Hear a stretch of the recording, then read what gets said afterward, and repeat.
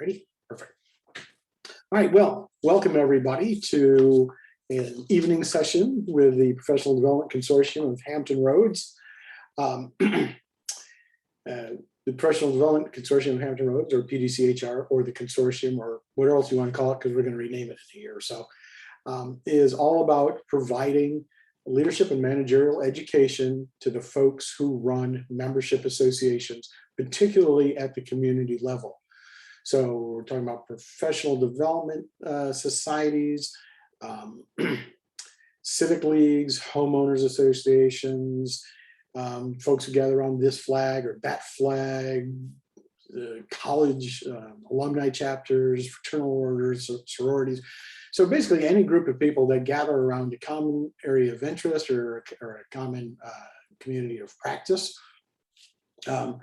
Believe that there's a that the leadership opportunities to run organizations like that are very limited. Actually, I was just thrilled to come across Jim Herbst and his organization in my sister city in Norfolk, Virginia, where he runs, part of what he does is support civic leagues and civic league leadership, stuff like that. So it's nice to have, he's somewhat of a like mind as well. We offer sessions throughout the year, at least once a month. They're always affordable. They're always intimate. This is quite intimate tonight, and that's very cool. And even though our focus is generally in the Hampton Roads, southeastern coastal Virginia area, I was talking to our presenter, Seto, a little bit earlier about our growth plans, about exporting this to other communities. Anyways, that's quite enough about me. What I'd like to do is let's just go right ahead and get started. So our facilitator slash presenter slash speaker slash engager today is Min Seto. Min is the executive officer of the Australian Social Values Bank. Her expertise in measuring impact and in community service just made her absolutely ideal for this. I'm so happy I stumbled across her in a misdirected LinkedIn search, but we've had a bunch of wonderful conversations, and I've picked her thought process on a whole bunch of stuff of things that interest me. So I asked Min if she would join us tonight, and this is a little bit different take, I think, on what membership associations focus on.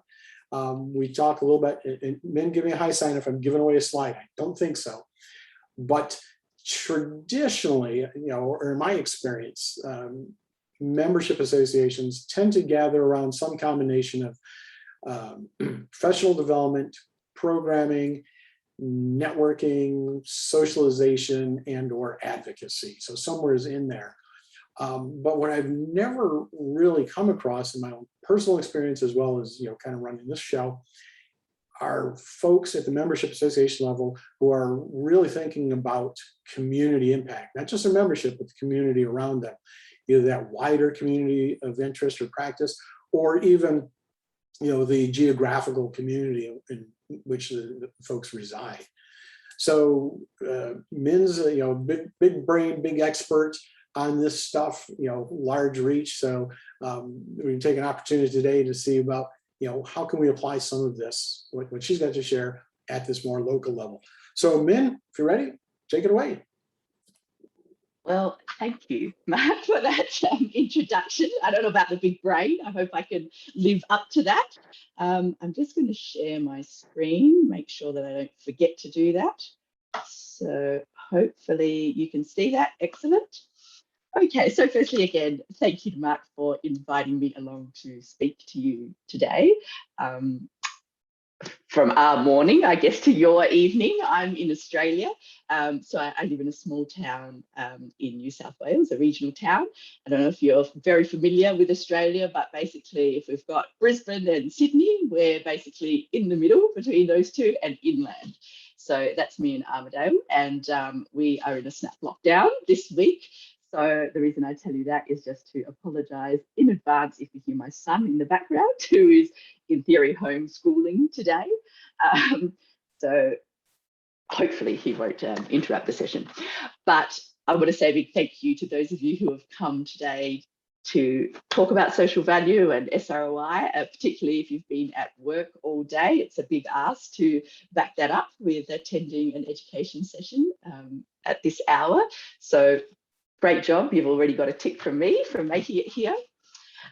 So as Mark said, on my day job, I work for a company called Alliance Social Enterprises, and we're a certified social enterprise and a non-for-profit organisation.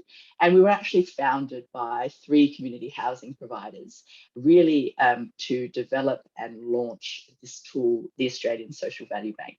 And the tool is basically a way that allows any organisation to kind of understand the social value or the social impact that they're creating. But I'm not here to sell you our tool because it's based on Australian data, so it's not really relevant to you guys in the US.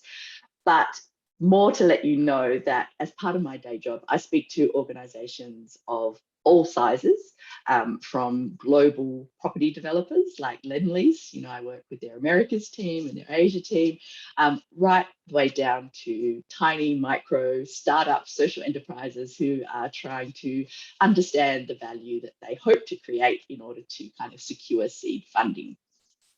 So part of my job is to kind of make this whole area of social impact measurement, which can be really quite complex when you dig into it, to try and really make that simple so people understand what they're trying to do, and also some can take steps to actually being able to understand the value they create.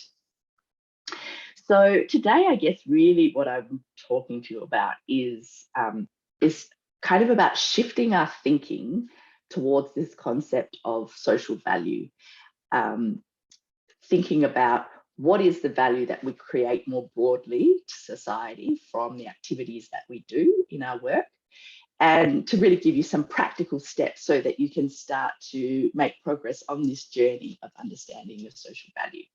Now, as Mark said, we're a fairly intimate group, so I will try and make the session fairly interactive to sort of bring you along on that journey by helping you to take some of those steps as we go through the session. So hopefully you'll join in and really get some value out of the session. So on that note, let's kick off.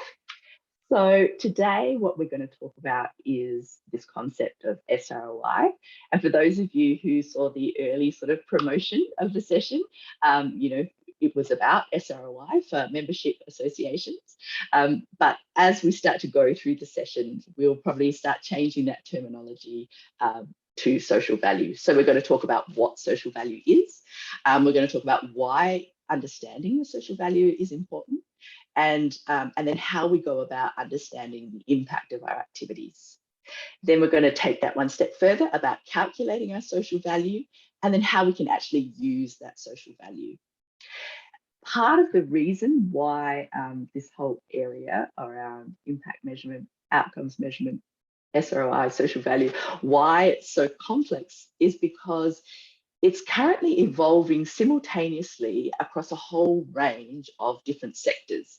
So, we have, certainly in the corporate space, it's evolving in the development space, in certainly the non-for-profit, it's evolving across the globe simultaneously. And so as that's happening, the language that we're talking about these concepts is also evolving and changing very rapidly. And what we find is we have people using the same terms to mean different things, and they're using different terms to mean the same thing. So it starts to get very confusing for people. So part of what we're also going to talk about is trying to, cut through some of those different terms and language so that we are all talking in the same language, even though I have a funny accent compared to most of you. So that's basically what we're going to cover in the session today. And we're going to kick off by talking about this term SROI, which stands for social return on investment. So if we actually take away the social, so we just look at the ROI, the return on investment, this obviously originates from the commercial sector, right? This concept is used to talk about, well, we invest money in a range of activities. What's that financial return that we're going to get? Yeah. So if you think about a commercial organization, you know, they're going to invest money in their marketing campaign. They want to know, well, what's that return on the investment from that? If I spend a certain amount of money on that marketing campaign, how much profit am I going to receive from that investment, right? So this concept is really common, you know, in the commercial sector. Now, when we look at for-purpose organizations, and I'm just going to take a moment to define what I mean by for-purpose organizations. So basically, a for-purpose organization includes anything from a non-profit organization to a social enterprise, basically any organization whose mission isn't about making a profit. Okay, so their mission is about a purpose rather than making a profit. Okay, so that includes anyone who runs a membership association. You know, you're there for a purpose. Your purpose is not to make a profit, but to achieve a goal or a mission. Okay, so for-purpose organizations whose mission isn't about making a profit, they started to want to understand what is their social return from their investment. And so this really originated from, and I think it was actually, it's attributed to a philanthropic organization in the States who, you know, potentially had a commercial background and were then using their well-earned money to philanthropic ends. And so they kind of wanted to understand, well, I'm donating all this money, what's actually that social return going to be from that money? Yeah. And this concept really took off primarily amongst like government who invest in social programs and philanthropic organizations who, again, invest in wanting to create good outcomes for society. They really started embracing this concept of, well, what's our social return? Yeah. Now, if you think about commercial organizations, they report on their profit and loss as part of their audited financial statements each year. Yeah. And when we look at their profit and loss, we can make an assumption about how well that company is doing. You know, hopefully they're making a big profit. We think, okay, they're doing really well. They're a good company. Okay. But if we think about for-purpose organizations, okay, they also only report on their financial statements. Yeah. Which is kind of crazy when you think about what they're setting out to achieve. How do we know that that for-purpose organization is achieving what they're setting out to?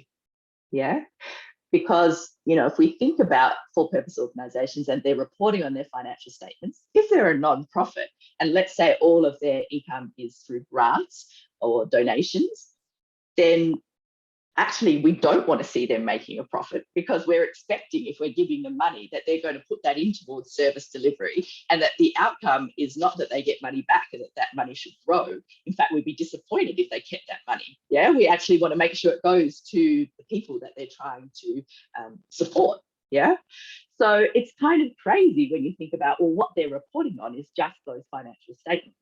We actually have no idea about whether they are actually doing what they're setting out to achieve, whether they're a good organization, so to speak. So then that brings us to this idea when we've got social return on investment. When we think about that, what we're actually considering is what are the benefits that are you know, created to society? What's actually changed from our activity that we're doing? And overall, is society better off? Yeah. And when we think about society broadly, it encompasses this economic lens. So, you know, financially, is society better off? It also looks at the environmental lens. So, you know, are the activities that we're doing leaving the environment in a better position or a worse position? And then we also look at this concept of the social component. You know, are people in society better off or not because of our activities? Okay, so when we think about this concept of benefits to society, we also have to think about what are the negative outcomes that are happening from our activities. Okay, now when we look at the economic lens, those benefits, those outcomes, both the positive and negative outcomes, are already in financial terms. Okay, so they're the easy component, and they're generally what people report on if they're looking at this social return on investment. So they're things like cost savings to government, things like reduced hospital spend or reduced incarceration, or any of those things where we're saving money. Government is saving money, or when we talk about government, we actually mean like society. Yeah, so society saves money. When we look at the environmental lens, we're starting to be able to monetize a lot of those impacts. So, the cost of carbon emissions, things like, say when a mine goes in and they need to, do regenerative work, they look at, the cost to get it back to the environment, to the original state before they did their activity. Okay, so that environmental space over the recent years, they've started doing lots of work on trying to monetize those. The complication comes when we look at these social impacts, those benefits to people and individuals. Yeah, they are generally intangible type outcomes, and so they've always been difficult to monetize. Okay, but they're all the things that we want to be considering when we're looking at this social return. What are we returning? What's the return from our investment to society? Okay. Now, we're just going to talk a little bit about language. So SROI, that's the concept. Another term that we can use to understand this is social impact. Yeah, so what's the impact of our activities on society? So that's another term that can quite often be used interchangeably with that concept of SRI, and we tend to steer away from SRI, and I'll talk to you about that later on, why that can be a bit confusing. So this term social impact certainly started taking off in Australia. People would always be talking about what's your impact, what's your social impact, we need to measure our outcomes. That was the language that was being used. However, what we're tending to start moving towards now is this term social value. Okay, what is the value that we're creating to society?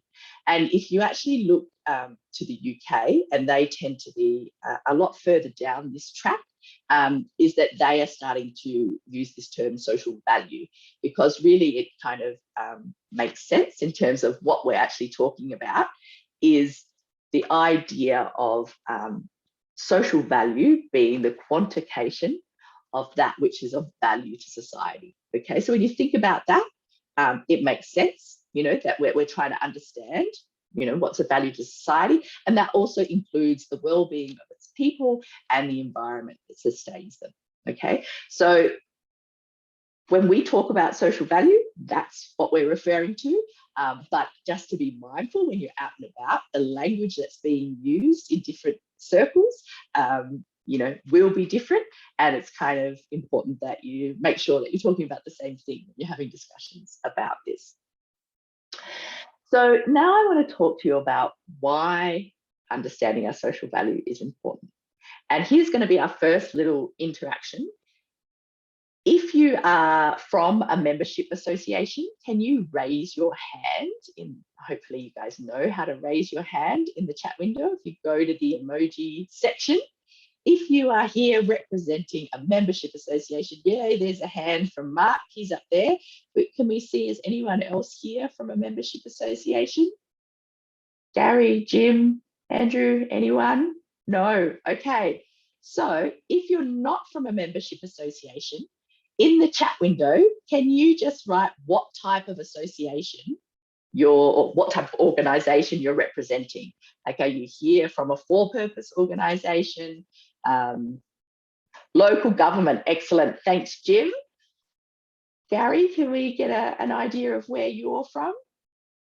It just really will help me tailor the context, I guess, of what we're talking about. Okay, well, we'll keep moving. So the first most important reason, as we've kind of discussed, is non-for-profit private sector. Awesome. Thanks, Gary.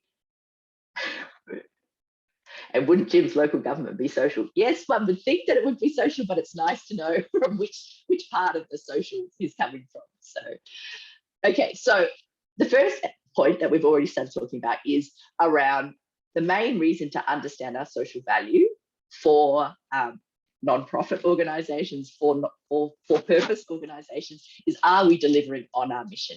Yeah. Why do we exist? Are we achieving what we were created to achieve? So with government, that's a really interesting kind of question about, are we actually, governing to the community's expectation, I guess, and how do you know? If we're talking about membership organizations, how do your members know if you're actually delivering on your mission? How do your stakeholders know that you're delivering on your mission? The second reason why social value is important is really around value for money. This idea of, are we doing what we're doing in a cost-effective way? Yeah. If we think about that from the membership association point of view, when I pay my membership fee, am I getting my money's worth? Yeah. Do I feel like I'm getting value for money? Because if I don't feel that, am I likely to keep paying my membership fee in an ongoing way? Yeah. Like when you're talking about membership associations, they, talk with their feet basically if they don't feel like they're getting value for money. But if we talk about from, say, a government perspective, if you, and it depends, I know they all operate in different ways, but if you're investing in say non-profit organizations to deliver services to your community, are those services being delivered in a cost-effective way? Are you getting value for money when you invest in that? Or even yourself, if you are delivering services as a local government organization, are those services, you have a finite amount of money, you want to make sure that you're getting value for money in what you deliver. Yeah. So there's still this concept and this thinking that comes from the corporate or the commercial space, the for-profit space, around, are we getting value for money from our services? And then program improvement is another reason why social value is really important. If we don't have any data, if we don't have any concept of the value we're creating, how do we actually improve? How do we make those services better? So if we think about PDCHR, and I'm probably going to pick on Mark a little bit throughout the presentation, so it offers a variety of education programs, networking opportunities, and shared resources. And according to the website, that's all designed to help you to lead better. Okay, to be able to lead your membership associations more effectively, to know how to deal with the challenges that come up. So, from your membership with PDCHR, are you actually leading better as a result of your membership? Are you actually getting what it says on the tin? Yeah. And I guess, at the end of the webinar, Mark will ask you a survey based on the webinar. And I'm wondering, will he ask you, do you think that you're leading better because you've attended this webinar? Maybe he does, I don't know what you'll say, but this concept. Min, I think you're right. I think the survey at the end of this will ask questions along those lines, as will the follow-up one 2 months later. So yeah. Excellent. He's all over the data. And so now I wonder, if Mark would actually report, say based on $10,000 acquired through membership fees. I'm totally making that. I have no idea how much Mark gets from membership fees, but let's just say $10,000. And if he could return, say, $34,000 worth of social value from that $10,000, if he could report that, you would be able to instantly have an understanding about whether you thought that PDCHR was a good organization, was creating value, was of value. Yeah. When we put those monetary terms on, it allows us to have an instant comprehension of value and of our own perception of whether that thing is of value or not. Yeah. So they're kind of 4 of the main things. There are lots of other reasons, but 4 of the main reasons why understanding our social value is really important. Okay. So why do we measure social value? In summary, for purpose organizations, we invest money. That money could be in the form of volunteer hours, resources, those sorts of things, but we invest money in some form into a wide range of different activities. And our intention is actually to increase social value, okay? We want to create good. We're trying to create a positive outcome. And social value is about asking, are we actually doing that? Yeah. We want to be able to talk to whether we're achieving our mission and whether we're being cost effective. Yeah, we're managing a finite amount of money, a finite amount of resources, and what we're trying to do is to create good from those resources. Okay, so that's kind of the high level concept of what we're talking about today. So now I'm just going to put this out there, okay? We've been talking about for-purpose organizations reporting on their social value. Yeah. Now, they already report on their financials. Yeah. But what if for-profit businesses also had to report on their social value? I mean, it sounds pretty out there, right? But you have to remember that social value includes all of the positive and all of the negative outcomes associated with your activities. Yeah. So I just want to, we're just kind of slightly diverging from the topic, but if you think about something like fast fashion, okay, so let's say you're buying a $5 t-shirt from Target, okay, now obviously Target are going to be selling that t-shirt for a profit, so let's say they buy it from the manufacturer for $2.50, okay, now that manufacturer, they need to firstly buy the fabric and the cotton, and they need to pay someone to actually cut it out and sew it and make it, right? But if you think about that actual cotton, that cotton first had to be grown, it had to be picked, and then it had to be processed. And I don't know if you know anything about cotton processing, but you got to separate the seed from the lint, and then you got to clean it, and then you card it, and then you draw it, and then you comb it, and then you rove it, and then finally that's spun into yarn, and then that yarn is woven into fabrics, and then that fabric's dyed, and then you can go about the cutting and the sewing. Okay, so if we start thinking about the environmental and the social impacts of this process, the water that's needed to grow the cotton, the impact of the fertilizer on the soil, the fact that probably that at some point they had to clear the land first to be able to plant the cotton, yeah? And then you think about all the electricity that's needed to, run all the machinery to do all that processing. And then you think about the poor little Bangladeshi woman who's actually doing the cutting and sewing, who's not being paid a living wage, probably lives in terrible conditions, the impacts on her family from not having a living wage, all those sorts of things. If we start to look at that whole picture of the impacts on the environment, the impacts on society, and those economic impacts, yeah, suddenly that $5 t-shirt that you're buying from Target, that does not cover the actual costs that are involved to create that $5 t-shirt. Yeah. And so, there are these whole movements that are happening around the world about the real cost of products. And, it sounds kind of crazy. Oh, you wouldn't pay the real cost. If that t-shirt costs you $50 or that t-shirt costs you $100, the real cost to cover everything, then you wouldn't buy that t-shirt. But if you think about fair trade coffee, people are prepared to pay more for fair trade coffee because they know that, actually the environmental practices to grow the coffee and the fact that the wages being paid to the farmers are fair, people will pay that. And if we think about this concept of, businesses actually reporting on their social value, we're actually already moving that way. If you think about ESG reporting, environmental social governance reporting, large corporations are now starting to report in their annual reports, their environmental impacts. They're starting to kind of think about the social. But, this is actually already happening. Even though we think it's pretty way out, it's happening quickly. Yeah, so that's what I was saying, that this is evolving simultaneously around, different sectors across the globe, where people are starting to realize that actually, we need to be considering impacts across all of society. We're no longer just looking at profit. Okay.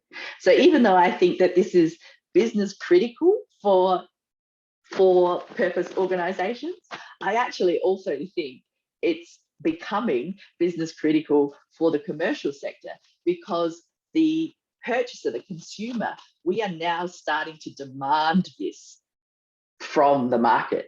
You know, people are buying ethically made fashion. People are looking at fair trade products. People are starting to walk to cleaner energy companies. You know, people are starting, the market is starting to dictate this expectation to the commercial sector. Okay, so that kind of sets the scene about where we are in terms of starting to think about impact of what we do, of our activities. Now I really want to talk about how we start the process of understanding the impact of our activities. Okay. So the conversation starts with outcomes. Okay. Now, previously, when for-purpose organisations were funded, right, they certainly weren't reporting on their social value. All they would report back is their outputs, okay? And outputs are the things that happen due to a program or activity, yeah? So for an example, let's think about a program that gives glasses to disadvantaged children, okay? So the output is the number of glasses that they give to children. What we then want to know is what actually changes. So outcomes tell us about how things change for the person, right? So for example, the child that you give glasses to, now the outcome, right? These outcomes, they can be short, medium, or long-term outcomes, okay? So that can get confusing for people, but generally, if you think about it in those terms, if we think about that child that we give glasses to, yeah, the short-term outcome is that that child has improved vision, right? They put on the glasses, they can see things clearly. They can now read clearly. You know, they might be able to see the board clearly with short vision, long vision, you know. That's the short-term impact of getting glasses. Now, the medium-term impact of that child getting glasses might be that they are more engaged in school, yeah, because actually now they can read things, they know what's going on, they can actually participate in the education a lot more. The long-term impact of that child getting glasses might be that that child's self-confidence increases, their self-esteem, because suddenly they realize, actually, I'm not dumb, I can do this, I just couldn't see. Now I can see, I can understand the information. Hey, you know, I can be anything. I can go out there and be a scientist or whatever. Yeah, so that's the long-term impact for that child. Yeah, if we think about this as another example, say a first aid course. Yeah, so the output would be the number of people that go through the first aid course. Yeah. The short-term impact would be that you would have a number of people that are certified to administer first aid. Yeah, they know how to administer first aid. That's the short-term impact. If we look at the medium-term impact, it might be that they can now become a swimming instructor because they have their first aid certificate. Yeah, so they can apply for a job. They can say, yep, I meet those qualifications. I've got my first aid certificate. So they can become a swimming instructor. Now, the long-term impact of that first aid course may be that that person then saves a child's life, you know, from drowning because they've actually applied it. Yeah. So you can see here, it doesn't matter what that activity is. Any of those activities will have an outcome. It will affect people and affect their, you know, hopefully improve their well-being. Yeah. So if we think about this in the context of PDCHR, and we think about, Mark, your outputs, you know, so you know the number of webinars, the number of networking activities, those sorts of things that you've delivered. I want to talk to you about, well, what are the outcomes from those? So if you want to unmute and have a go at telling us, I'm putting him on the spot here. I haven't warned him. This is what I'm going to do. So Yeah, what do you think? the What do you think the outcomes are? So So the outcomes are, well, first off, I need to warm up my brain. So yeah, I agree with the outputs. Yeah, there's a bunch of things I can count about events and people and returns and no-shows and so on and so forth. In terms of outcomes, that's actually part of what our survey is designed to do. They follow up. So the outcomes are, what I consider outcomes anyways. I'm looking to understand if people were able to apply what they learned in the workshops or roundtables or whatever our events were. Did they find the initiative or the motivation to even try that stuff? Did they hear something new? Did they overcome obstacles? So that's a little bit, it's kind of a lagging indicator for me, today's outcome. So, and it really just boils down to were you able to apply this? One thing to say, I listened and I understood this and I liked it. But the real, for me, outcome is, and was it worthwhile in terms of, did you try it? Did you apply it? Did you see your own results? Did you find that you were, if given an opportunity to talk deeper, it would be, did you find that applying some of those lessons learned from whatever actually increased membership, or your connection with sponsors was greater, or stuff like that? So really more on that result side. Yeah. And so Mark's actually covered off some of the shorter term impacts there, and also the medium and the longer term. Yeah. If we talk about those short impacts, so, when people undertake the training, have they actually acquired the knowledge that they were trying to impart through the education session? In the medium term, are they actually able to apply that knowledge? Have they actually put any of that knowledge into practice? And in the longer term, if we go back to the website language around leading better, is actually, if they lead better, have they increased their membership numbers? Yeah.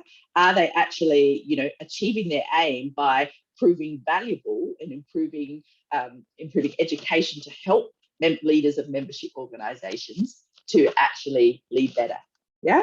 So you can see it's most people will know what they're trying to achieve. What this can help you understand is to get really clear about, okay, this is the activities we do. This is what we're actually trying to achieve. So it helps you to focus in to make sure that your activities are achieving what you set out to do.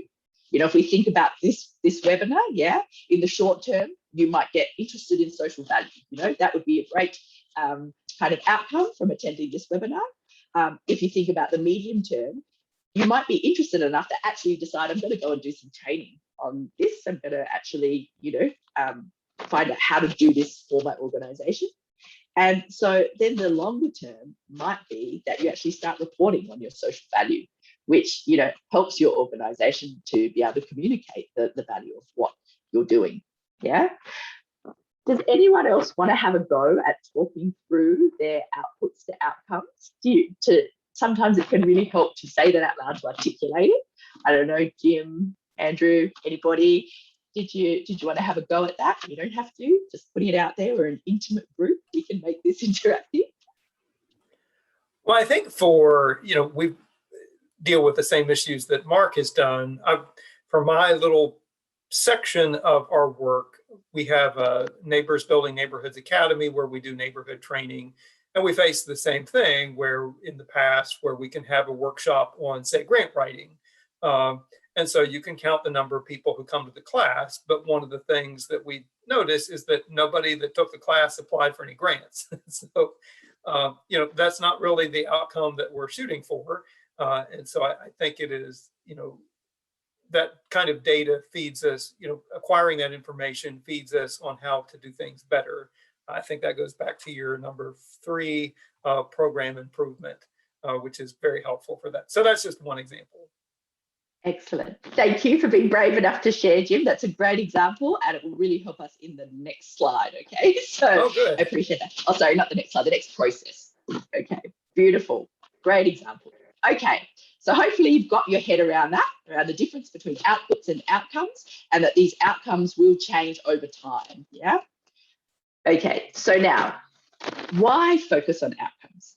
Now, I've got a list here that I've written, but I always like to refer to that old saying, which you're probably all familiar with, about what gets measured gets managed. Yeah. So what it means is that we shift from counting the number of webinars we deliver or the number of grant sessions we deliver to what actually changes for the people that attend the webinars or the workshops. Now, if nothing is changing, okay, if they're not leading better, do we need to change the content we're delivering or the format that we're delivering it in, or perhaps the presenters, perhaps they suck, I don't know. But ultimately what it does, like by focusing on outcomes, is it leads us to be more client focused, yeah? Or, you know, in the case of Mark, more member focused. You know, how can we create change for our members? And as we start asking these questions, then we tend to be inclined to start looking for answers. Yeah. And so this leads people to start researching about best practice. So, you know, Jim, if you're looking at, well, why are these people that are coming to our workshops? What's actually the thing that's stopping them from applying for grants? And really, the best way we can understand that is by talking to those people that attended the workshop and that didn't apply for a grant and say, well, why didn't you? What was stopping you? Was there, you know, what are the barriers? And so really trying to actually talk to your stakeholders to find out the reasons so that then you can address those reasons more directly. You know, it might be, I don't know, they didn't have computer access to, you know, launch the grant application, or, you know, they still didn't feel confident. Do they need mentoring? Do they need someone to step them through the process? You know, there could be a whole range of reasons. And really you will only get that by asking what stakeholders, yeah? So what we know is by being outcomes focused, it's good for the people that we're trying to serve. Yeah, it gives them better outcomes. It also helps us it supports innovation in that we are trying to be creative and to find out what are the sticking points, how do we overcome them? You know, what are new ways we could try that we've never done before? And it really helps, you know, both staff, like it might be, you know, in Mark's case, the members, to really engage with the process and the focus on, you know, if you're working with your members about, okay, well, we're here to help you to lead better, to become better leaders of membership organizations. You know, if you bring them on that journey and talk to them about what are they finding hard, what do they need education on, you know, what we find is a lot of providers make assumptions. You know, they might have been in the situation themselves and therefore they're responding to their own needs in that situation. But sometimes it can be really, really helpful to refocus by actually speaking to your stakeholders, your members, the people that you're serving. Yeah. And obviously, when we focus on outcomes, that also provides that greater transparency. If we're getting funding or, you know, we get donations, you know, to be able to focus on those outcomes, we can communicate that more clearly to the people that give us funding. And it also supports collaboration, because as we start to go through this process of focusing on outcomes, what we know is it might take lots of different activities to create the outcome we're trying to achieve, and that we're not the be all and end all to meet that need, that sometimes we need to work with other organizations to come together to be able to meet that need. So in the case of Mark, you know, he gets in a range of experts to come and speak about different areas, you know, and to work with him to help get the outcomes he's trying to get for his members. Yeah. Okay, so now we're going to talk about the process a little bit more. And so we're talking about program logic. Now, when Mark saw this slide or saw the dot point that I was going to talk about this, he was like, yeah, we don't really think about it in those sort of terms. You know, I don't know how relevant this will be for people. But I have persisted and I've kept the slide in because I think it's actually a really valuable tool to really help design and redesign, you know, your programs or your activities to make sure that you're actually creating the impact that you're trying to achieve. Yeah. So this program logic can really help you to tell the story, I guess, of how your activity creates change. Okay, so you can use the logic model for the overall your organization impact, or you can actually break it down to your activity. Okay, so and you can choose how broad or how narrow you go, sort of depending on the level of change you want to actually unpack. So what I mean by that is Mark would look at PDCHR and look at the impact of PDCHR and go through this process, or you could take it down to, well, this webinar and look at it at an actual activity level. Okay, so what we do is we start by defining the issue or developing the problem statement. Okay, so you want to get really succinct about what is the underlying issue that you're trying to address. Yeah, what are the root causes of that issue? And you really want to make the issue statement as targeted and specific as you can. But obviously, you don't want to just state the need for your program. Yeah, and trying to define this issue, it can also be useful to engage with your stakeholders around what do they actually see the real problem is. Yeah. Then we want to look at, we're trying to define the scope. So who are the participants? So, for Mark, is it just Hampton Roads? Or, he's got bigger, broader pictures about looking at a much bigger area, So what we're trying to define is who are the people that have the problem that we're trying to address. Yeah. Then we look at evidence. Now, oops, sorry, accidentally swap slide. So we're looking here at evidence, where what we do is ideally we go and we research what is the best way, what is best practice to deal with the issue that we're trying to overcome. Yeah. Now, lots of people miss this step. And in fact, lots of people miss the first step and the third step. They know who they want to work with. They kind of vaguely know what the problem is that they're wanting to address. But then they just go straight on, well, this is what we're going to do. Yeah. So this evidence step is a really important step, particularly in, I guess, the non-profit organizations around, well, what is the best way to achieve this? You can save yourself a lot of heartache if you go and read what's already been done and find out what works, and then tailor it to what you're trying to do. So then once we've looked at the evidence, yeah, then we start to think about, okay, so what are the activities that we're going to do with our participants? Yeah. Now, some people like to actually also list resources in this section. Yeah, because the evidence, it might say all these wonderful things, but you might be actually limited in the real world by the resources that you have, those constraints. So, for example, if we're looking at, youth homelessness, yeah, we know we're targeting youth, we know that they're homeless, that's the issue, we want them to be housed, so if we look at the evidence, it will come up, you'll see that the housing first model, right? Where they say you've got to have a house first before you address all those other issues that have led to homelessness. Yeah, so house the person, then deal with the drug issues, and then deal with all those other issues that have created the homelessness. So that's great. So then we know, okay, well, we need more houses, but that might be beyond the resources of your organization. You might not have enough money to go and build lots more houses. Yeah. So when we look at some other research, we might find that early intervention is the best way to avoid youth homelessness. And, actually by going and doing family mediation and resilience building skills at that early to stop that family breakdown in the beginning, actually that's a great way to stop, youth homelessness from occurring. And actually that's much more reasonable with the resources that we have. Yeah. So sometimes it is worth putting that resources in there to kind of think about, well, what are the real world constraints that we have that may limit the activities that we can deliver. So now we've talked about the output section. The outputs are the activities, the number of people that attended the webinars, the number of people that attended the grant workshop, that kind of thing, and that they will lead to outcomes. And as we've already discussed in the other slide, those outcomes can be short-term, medium-term, or long-term.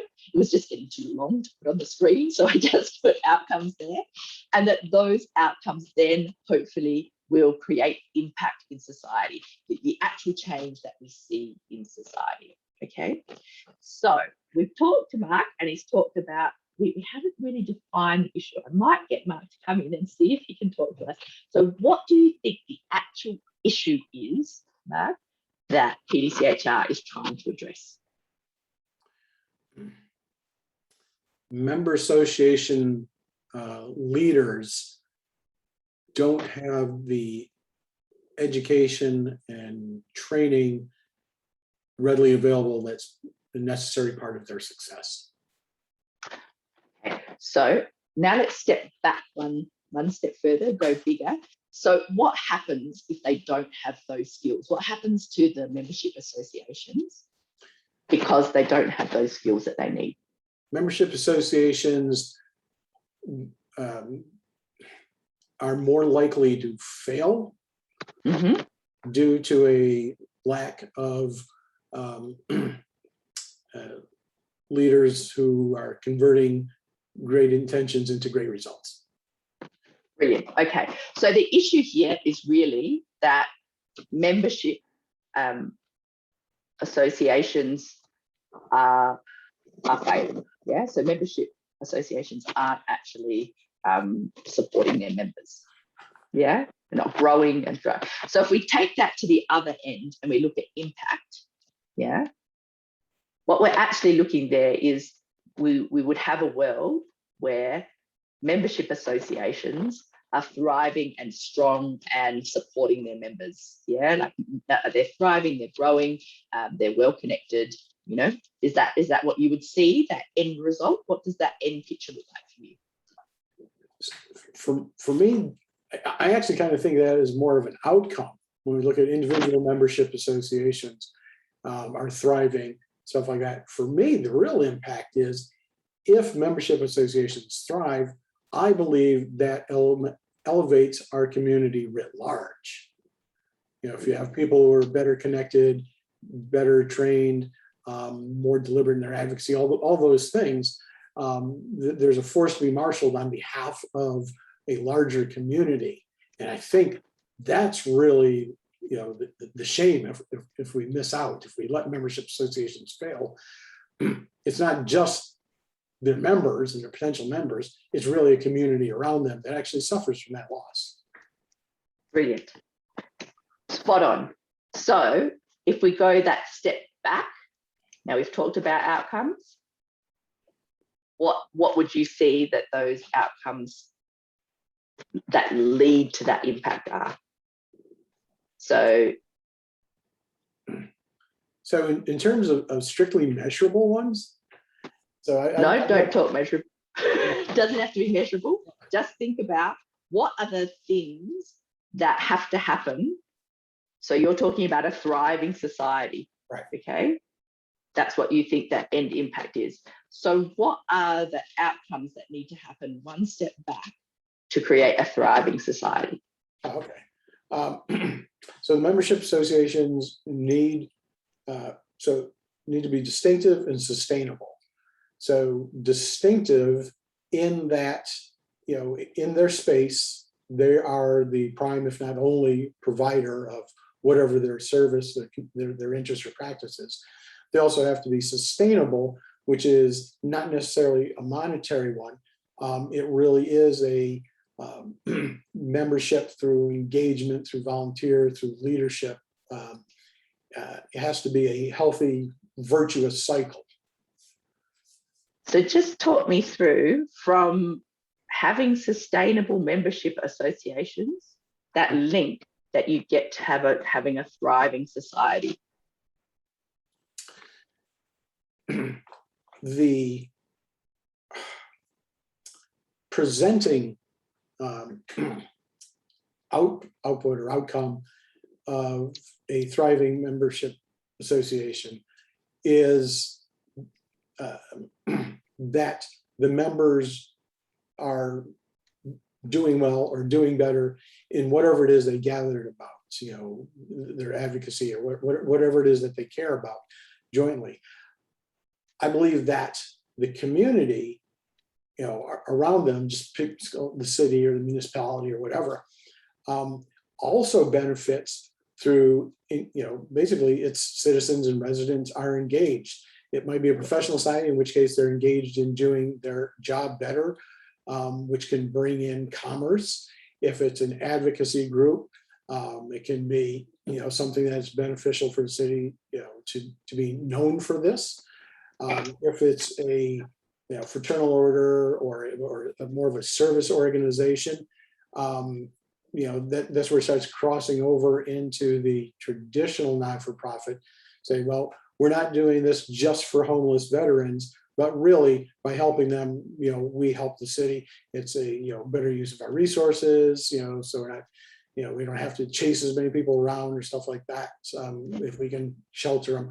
So I think all of these organizations, singly and jointly, somehow elevate the local community. It's tough to put your finger on just one and say, Jim's group is the only one in Norfolk Worth a damn, and therefore the city is so much better just because of Jim and his merry band. There are probably other contributors, but I don't think we necessarily know the individual contribution, but I think the effect of all these membership associations doing well can't help but elevate the community that surrounds them, the community that connects them. Absolutely. Thanks for sharing that. So what I'm picking up on is also what you're saying there is that the people who are involved and participating, they are actually also having an improvement in their own well-being. What I mean by that is they feel good about what they're doing, that they're also more engaged in their community, they're more connected. So there's also at an individual level, there's an uplift in their own well-being, which is also having this ripple effect outwards, if you like, that is also uplifting society in a whole range of different ways. Right. Yeah. Yeah. And one of the ways that we express this internally when I talk about this stuff with my board, the board of directors, is being in one of those leadership roles should be, getting to that role should be competitive, and it should be a joyous job that they're doing. But typically, you kind of get drafted into it, and quite frequently you just can't wait for your term to end. This is not always the case by any stretch of the imagination, but it's a common characteristic. And it's, again, assuming they have good intentions, when they enter into that role, if you can't achieve great results, it's just damn frustrating. And that positive energy you brought to the to the organization may not be available, or may have a kind of a negative ripple elsewhere. So if you think about it in those terms, do you actually then think that the activities that you're doing, in a way, are around both personal development and professional development of those leaders? Yeah, actually what you're trying to do there is give them the confidence and the skills and to be able to enjoy what they're doing, because then they will thrive in the role, and hopefully then the membership association will also thrive. Yeah. So when we think about those terms, would you say that's a fair statement? Yes or no? Yes, absolutely. Both professional development, very, very tied to the job, and the personal development, from either basic leadership skills or just the ability to feel good about or know that others are in the same struggle with you. I think there's a tremendous personal component to it. So when you think about it in those terms, do you then think the activities that you're doing are targeting those things? Are they achieving those outcomes? Are they the best activities you could be doing to achieve those outcomes? Are there other things that you could do which could target those outcomes more directly, or have greater change in those areas? Does it make you reassess the activities that you're doing, whether that's actually achieving what you're trying to achieve? I think the activities that we do now are absolutely headed in the right direction. I don't think it has the breadth and depth of impact I would hope for, I would like. We are, just like our customers, kind of resource constrained. But just as an example, I think that if we could have a mentorship program, a one-to-one, it's like, I was actually really successful in this role as treasurer of whatever. I would love to work with you personally because we have shared issues and shared goals, and the same belief system.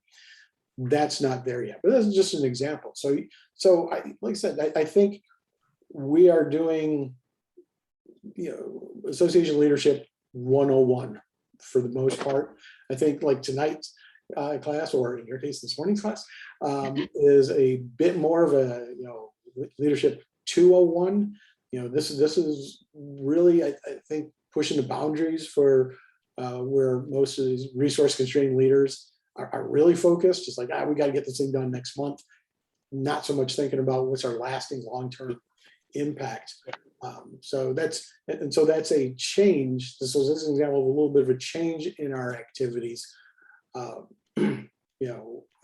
Still a workshop, but with a different focus. As you said before, you're probably not going to, Jim and Andrew and anybody who's watching this on a replay later are probably not going to, within 24 hours say, all right, I now have my social impact and social values program in place, up and running, and we've changed everything we're doing.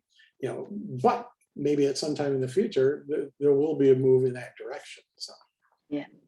So what I was trying to illustrate, thank you for sharing that, Mark, and sorry if you felt that you were put on the spot. You did incredibly well. And I think what I was trying to illustrate there is that by going through this process, it actually makes you reassess, right, what you're doing, and to actually see, is it the best way? Is it the shortest, most direct route to actually be achieving the impact that you're trying to achieve? Yeah. And so, with Mark going back there, then he starts thinking, well, actually, this mentoring, that is a really strong way that we can see that will have tangible results. He may start thinking along those lines and go, well, maybe that's of more value. Maybe, he might do a little experiment where he does one-on-one mentoring with someone, and then sees, well, does that have a greater impact than doing these broader sessions? So really what I was trying to illustrate is the value of this process of going through a program logic.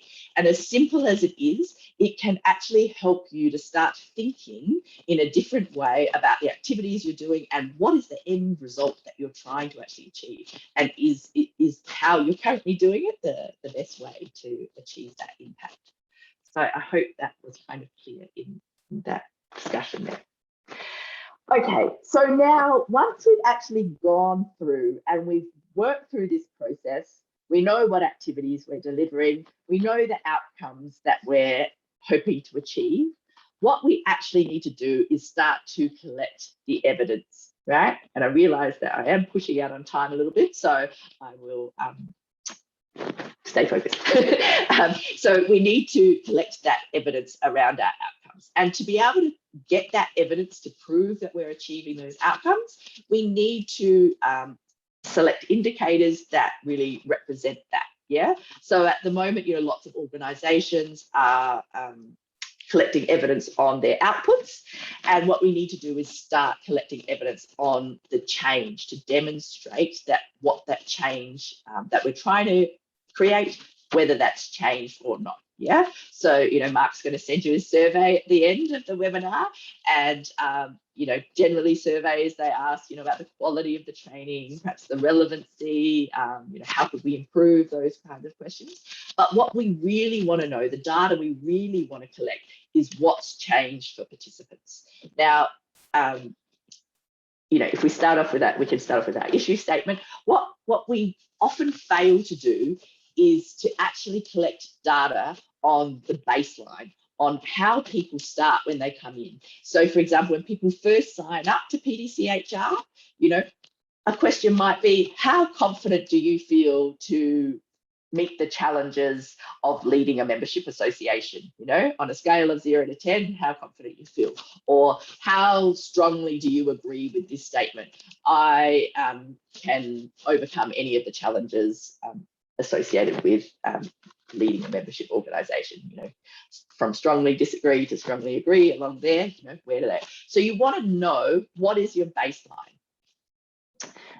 You know, when people come into your grants workshop, how confident do you feel in applying for a grant? That kind of thing, to get your baseline. Because what you want to know is at the end of the session, how has that changed? Yeah. So if we look at PDCHR as an organisation, that main thing is wanting to become a better leader. How confident are we to lead? But then you also might want to go down to individual activity. Has this webinar given you information? Do you have you an improved sense? You know, have you acquired information that's helped you become or to lead your membership association better? Yeah, so you can do it at activity level or at a program level. Yeah, so we want to do that baseline. We want to do it after the activity. And then we also want to think about the timing. Mark said he follows up 2 months later with a follow-up survey. Yeah, so that's really important to see if that change is maintained, because what you might find is that the change happens after the activity, but then it very quickly disappears. So then you think about what can we do to sustain that change, yeah? And that might be that he does a refresher course, or that he does a hands-on workshop, or, you know, sends out a workbook for people, or whatever that might look like, okay? So it's important that you think about when you collect data, at what points make sense in the activities that you're delivering. And depending on the size of your organization, like obviously in Mark's case, he probably uses some free software like maybe SurveyMonkey or Google Forms or something like that, which is absolutely adequate for, you know, your smaller organizations. If you're looking at a very large organization with a large, you know, stakeholder group, then, you know, there are a range of sort of paid platforms that you can do that help to automate your surveys, your data collection, help you have pretty dashboards comparing what the data says, all that kind of thing. So you can go at both ends of the scale depending on what your sort of specific need is. And so by collecting this evidence, right, what you're able to do is actually start reporting on your outcomes. So instead of reporting on your outputs, you know, you can start to report on the actual changes that have occurred because of your activity. Yeah, and so that's why understanding your program logic, understanding what your outcomes are, and then collecting evidence against those outcomes is really that first step in being able to talk about what the outcomes are that you have achieved. So I've just got a couple of examples here of reports, and mostly I've picked bad examples, and apologies if anyone has any association to these organizations. I just downloaded them off the web. But you can see here in this example that they've titled this our impact, yeah, and they've talked about, well, we've invested $818,000, you know, we've supported 76 different projects, we've trained 976 different people, you know, we've reached 22,000 odd children and parents. So how many books have we provided? What is wrong with this? Pretty much they're just reporting on outputs, aren't they? It's just their activities. What they're telling us here in this little graphic is that they've been really busy. Yay, you've been really busy. What's changed? We have no idea what has actually changed from all of this busyness. Now, this is really, really common, right? This is generally what people do, what organizations do, yeah, is they report on their activity and how busy they've been, okay? But we don't know what's changed. Here's another example, again, big numbers. Wow, 50,000 children and families have been served. You know, they've done all these different counselling sessions. They're great numbers. Again, very busy, but we don't know what's changed for their participants, okay? And they're calling these their impact reports, okay? So they're saying, well, this is the impact that we're having, but actually what they're telling us is these are all the activities we've done, who we've done it with it. Now, in this report card, and I did have to kind of cut it up to make it readable on the screen here, but here they're starting to move towards the right direction. And it's interesting because they just call this their annual report card. So they're not saying it's their you know, impact statement or outcomes or anything like that. They do have some of their outputs, you know, the number of volunteers, the number of hours, the number of students. So they've got their output information. But in this box here, which they called Our Students Achieve Their Goals, what they've actually started listing is what's changed for their participants, yeah? 32 got a job or a better one. 7 people got a driver's license. 65 became more involved in their community. 76 became more involved in their children's education. Yeah, they're actually reporting on what's changed for their participants. Okay, so this is starting to move in the right direction. Okay, so when you have done your program logic, you've got your outcomes, you're starting to collect data. These types of outcomes are the things that you can be reporting on straight away from having that information. Okay, now we're going to go one step further, and that's where we start calculating this social value. Okay, so when we talked at the beginning, we had social value. What we're wanting to look at now is, okay, so what's the value we're creating to society in dollar terms, okay? And there's a number of different methodologies we can use, okay? So the reason I don't use the term SROI, social return on investment, is because SROI is also a methodology to calculate social value. So if we say social return on investment analysis, so if we put that word analysis, that's how we define it as the methodology. So social return on investment analysis can calculate social return on investment. Yeah, so that's why it becomes really confusing. So that's one methodology. Another methodology is cost benefit analysis. Okay, so that's a methodology that you can use to actually understand the social value you create. Now, cost benefit analysis has been around for a long, long time. And the reason why we use cost benefit analysis as opposed to SROI is because that is what governments across the OECD use to understand social value. And the context that they generally use it in is if they are going to invest in a large infrastructure project, they will do a cost benefit analysis to try and understand if investing that huge amount of money in that infrastructure project will be of benefit to society. Yeah, so that's kind of the context that governments have traditionally used cost benefit analysis. And there is lots of guidance. There's been lots of research, lots of analysis to really scrutinize cost benefit analysis, the pros and cons. So there's a whole range of guidance that you can get to refer to, where generally governments will actually publish their own guidance on how they want you to do a cost benefit analysis. Okay, just very quickly, social return on investment analysis is a derivative of cost benefit analysis. It's only been around, say, 20 to 30 years.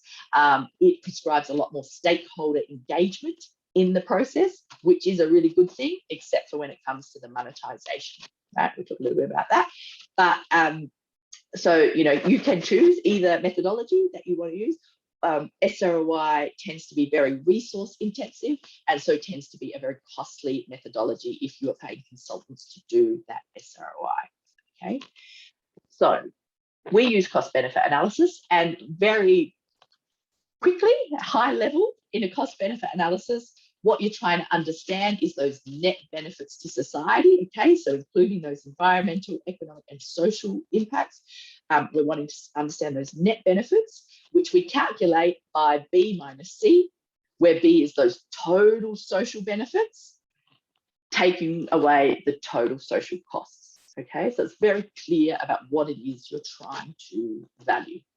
Okay, now to be able to do this, initially we would really focus on that economic lens. And the reason being is because they were in the same unit as our costs. Costs are in dollars, and so we needed our benefits in dollars as well. So that's why we would look at things like cost savings to government when we look at those benefits, yeah, because that was already monetized.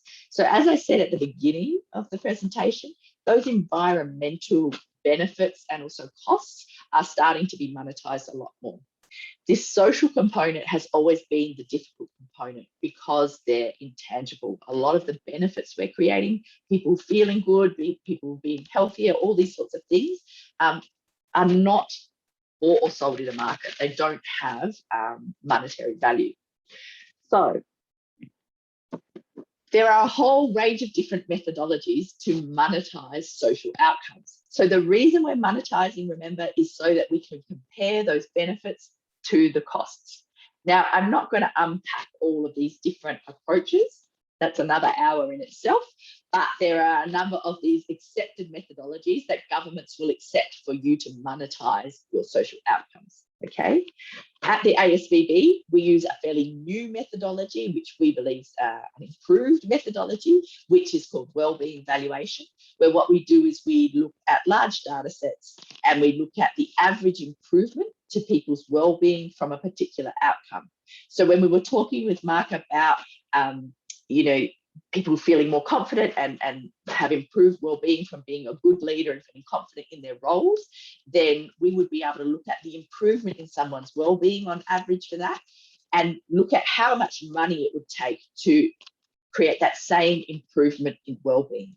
Yeah, so that's actually the methodology that we use at the Australian Social Value Bank to monetize these social outcomes. Okay.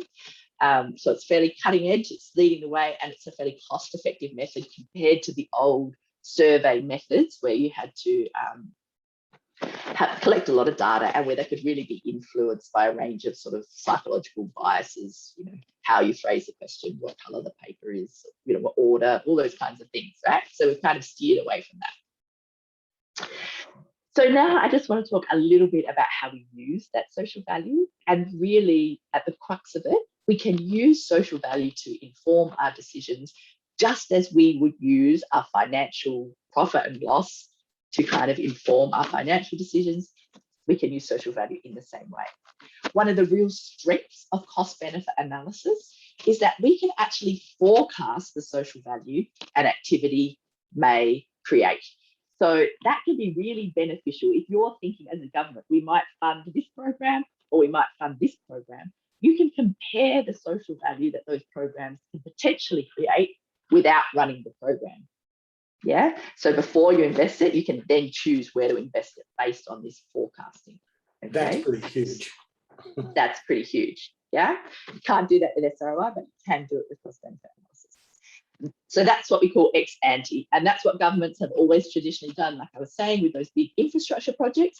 But now we can bring that down. Now that we can monetize those non-market goods, those social impacts, and in a much more robust way, we can now start to use that for social programs. Yeah. So if you're choosing to deliver particular types of programs, you can look at which one is likely to create more social value before you deliver the program.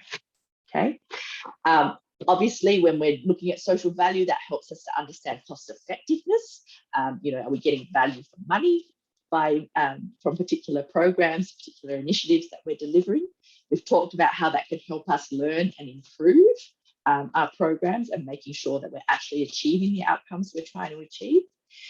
Understanding social value can also allow us to compete against each other and also to aggregate and benchmark. So if you think about it, if we're looking at membership associations, if you can actually then look at the social value created by each membership association, you can then collectively add that social value together and say, well, our members as a whole create this amount of social value together. And that's a really strong advocacy piece. Yeah. So particularly, it doesn't matter what sector you are, if you can all talk in the same language about your outcomes, then you can talk in a collective voice about the united impact you're creating together. Okay. And at the heart of it, it's really about being able to communicate your social value. That's the most important thing. So I'm just, again, going to very quickly look at, these examples. So, okay, the benefits of investing in nature outweigh the costs by a ratio of at least 5 to 1. Now, as a headline, that is, obviously you want to read the impact analysis there of how they got that, but to actually be able to talk in dollar terms and speak to that, obviously, again, instantly understandable, instantly comprehended by the user. Now here we've got one of those sort of impact highlight sheets. Again, I've had to cut it up a little bit to make it fit on the screen. But what I really like about this is here they've got the stages that we've kind of been talking about. Here they've got the actual SROI, so what it means. So for every pound, they get a 191 return. But here they've actually looked at their inputs, so their costs, and they've broken that down by the different programs. Yeah, and they've aggregated those costs. And then they've actually got the benefits, and they've listed out what benefits they've included in their total benefits. And so you can see here, they've also got things like enhanced human capital and social capital for volunteering. So they've actually included those intangible outcomes, if you like, and they've monetized them to actually capture it here. Yeah. So we can see here really well how that organization is performing in terms of their social value that they're creating. Yeah. And you might look at 191 and think that's not a very good return. When you're doing a cost benefit analysis in government, anything over 1 is considered good for society and a good option and worth investing in. Okay. So, you know, with SROI, which is the other methodology, you get these wild estimations. For every dollar you might get, $25 return or whatever. They're kind of pretty wild and out there. This is a more realistic cost benefit analysis done here.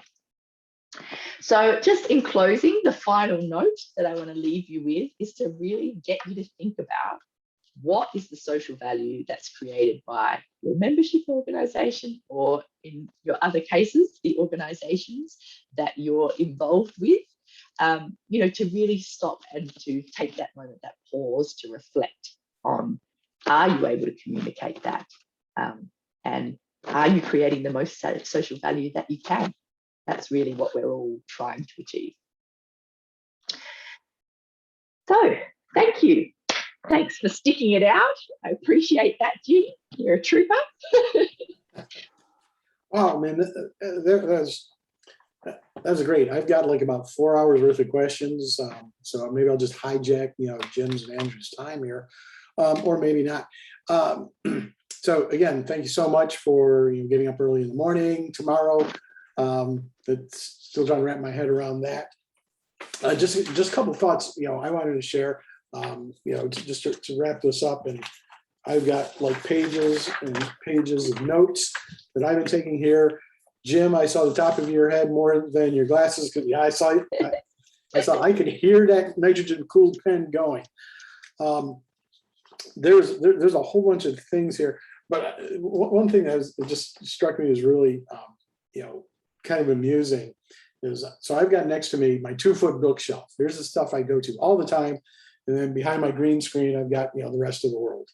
So I think in the order, you were talking about that basic difference between organizations for purpose and everybody else. So this is the tiny little book all about it. So if you haven't looked at Good to Great for the social sectors, you should. I will stuff that on the resources page because I believe in it so much.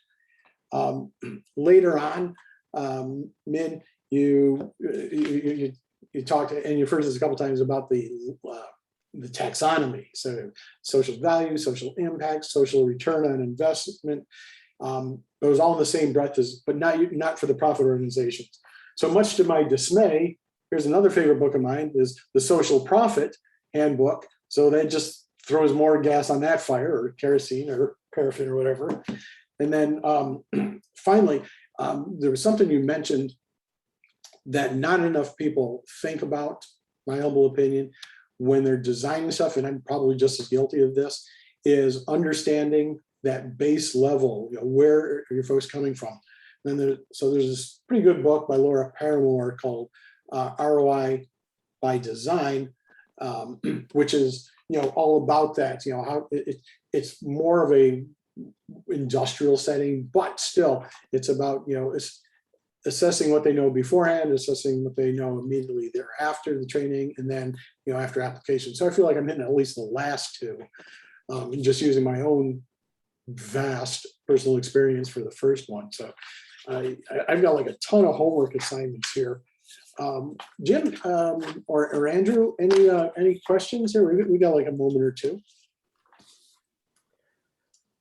Well, thank you. This has been very beneficial to me. It's helped give me some direction. I've had a lot of it before, but it's kind of encouraged me in what direction to take.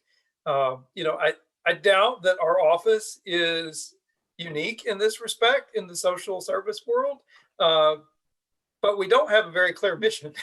So, we have lots of passion. We have lots of people who love social justice issues, but this is kind of funny. This is kind of embarrassing to me. And I'm not in charge of our department, but one of my coworkers was working on a brochure, and she showed me this brochure, and it was like about our office, and it was all over the place. I thought, where did you get all of this stuff? Like, there's like all this jargon from like 10 trainings we've been to. And she said, well, I just pulled it from our website. Oh my God. Oh. So, one of our young people just graduated from graduate school, new hire, she said, why don't we think about a logic model? But our office has been very resistant against that kind of stuff because it does force you to commit to a few things instead of just going here and there. But I think this has renewed my interest in trying to pursue that and ways to, given me some, I think, concrete strategies to pursue that, even, managing up and try to help our team with that. So I'm very appreciative. I did have one question, like one of the measuring social cost or environmental cost, is there, and I could Google it, but you might already know, are there like tools out there that are helpful, like a website in measuring kind of environmental cost? For instance, I just sat in a meeting today where we said, we're going to have an event and we're going to buy 13 cases of bottled water, or we're going to buy $5,000 worth of swag. And my heart, every time we do that, like my heart just sinks because I hate plastic bottles. I hate plastic swag that ends up in the garbage 3 months later. So that's never been a part of our auditing. Like, we don't audit for that kind of stuff. So is there a good website that kind of shows the environmental cost of different things that we may do on a regular basis? Yeah, so there are carbon footprint type calculators that you can, and there's a whole range of them. And it's a space that's evolving constantly. So I can't actually give you a reference to say, here, go to this website. But yeah, there are new tools that are popping up all the time. I think definitely the carbon footprint one is, I'm not sure if there's one that you can specifically enter in, okay, possibly the carbon footprint of plastic bottles, water bottles, they potentially could. But yeah, so in short, I don't have a reference that I can give you, but definitely Googling there, you'll find some tools that can help you. Okay, and that's okay, but it got me thinking about it, when we calculate, thinking about how we calculate, the different costs. So that was very helpful. It was all very helpful. So thank you very much. Well, that's fantastic feedback. Thank you, Jim. And, I think even if I could just get you thinking about these things, that's a wonderful outcome. So I really appreciate that feedback. Thank you. And thanks for your time coming today. Oh, thank you. I think you're making a bigger commitment than we are. So. Thank you very much. Yeah. You're welcome. So what I'd like to do is I'm going to commandeer the chat box yet again. Jim, I know you know the routine here. So even though we'll be wrapped up here in a little under 2 minutes, I'll ask everybody, Jim, Andrew, and anybody who's watching this later, to click on that link that says 1 minute survey. Didn't show up as a link, so you have to cut and paste. At least get that open. It's the survey that we've been talking about all along, and then 2 months from now, you'll get one where it's basically the same phrasing, but I think in the past tense. So it helps us, track consistency or ask, the same questions as we go through. Also, coming up on the last Saturday of August, we've got a seminar. So that's kind of an in-depth look. These are, we've already done one, and this will be our second one. So our summer seminar series, I just made that up, where we go in depth and looking at what professional societies, in particular, their skill sets, how those might be applicable to the leadership challenges of running membership associations. So that one's free also, just like most of our stuff is, Saturday the 28th, 10 a.m. to noon. And scrolling back up in the chat box, when we're talking about, when Min was talking about evidence gathering, back in February, we did a workshop on, data collection and analysis from your membership. And so it offered a whole bunch of ways beyond surveys, to gather information.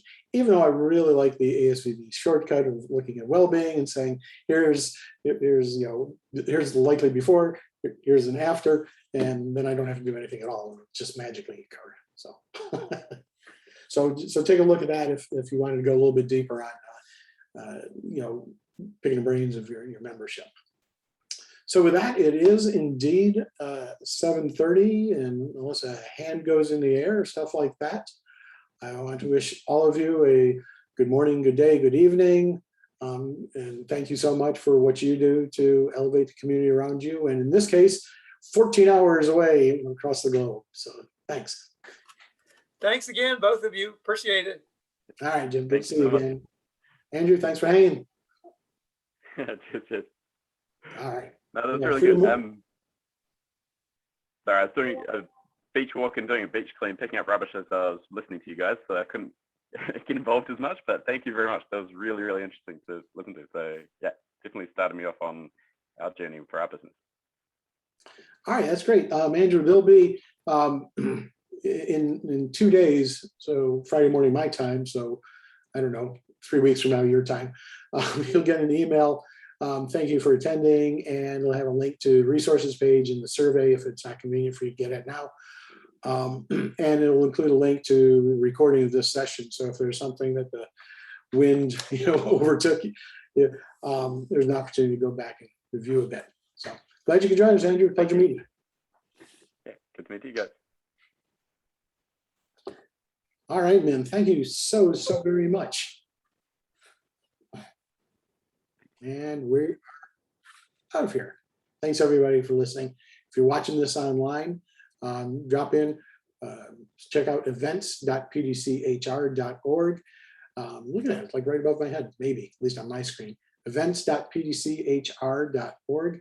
That'll tell you everything we got coming up as far out as we've got it published, which right now is through the end of December 2021. So with that, have a great day, and thanks for listening.